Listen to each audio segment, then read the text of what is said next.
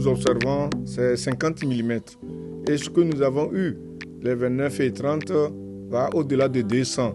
Ça veut dire que la norme x4 que nous avons reçue en une journée, et nous pensons que c'était vraiment grave. Qu'est-ce que nous avons fait? Quand nous avons donné l'alerte, très tôt, avec la météo, nous avons fait sortir l'alerte. Avec nos organes de remontée d'informations, nous avons rapidement réuni les acteurs. Et le ministre de la Sécurité et de la Protection civile a déclenché le plan Orsec. Il a réuni ses collègues.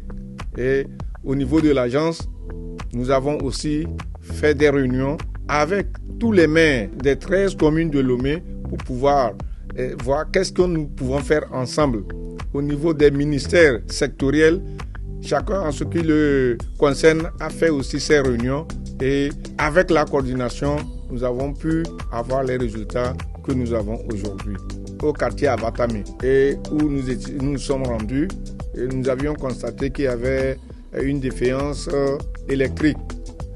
La société a été saisie et immédiatement la société a rétabli avec de nouveaux poteaux la connexion pour permettre le pompage 24 heures sur 24 heures de cette retenue d'eau au niveau du quartier Abatame. Concernant les autres localités, tout le système, je dis bien tout le système, que ce soit le ministère de l'assainissement, les sapeurs-pompiers, la NASAP, tout le système de la plateforme nationale de réduction des risques de catastrophe, tout le système était mis en branle et c'est ça qui a fait qu'aujourd'hui, on peut dire que la situation est sous contrôle. Le curage en janvier, février, dès qu'à niveau nous a permis de minimiser l'impact de cette catastrophe-là.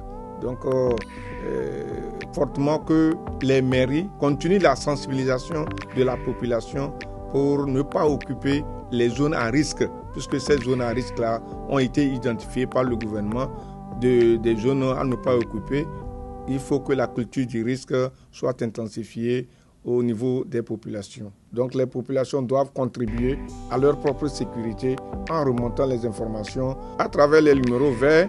Au niveau de la NPC, nous avons le 170 qui est ouvert 24 heures sur 24. Au niveau des sapeurs-pompiers, nous avons le 118. Au niveau de la gendarmerie, nous avons le 112. Le 10-14 au niveau du ministère de la Sécurité, au centre national du commandement unifié.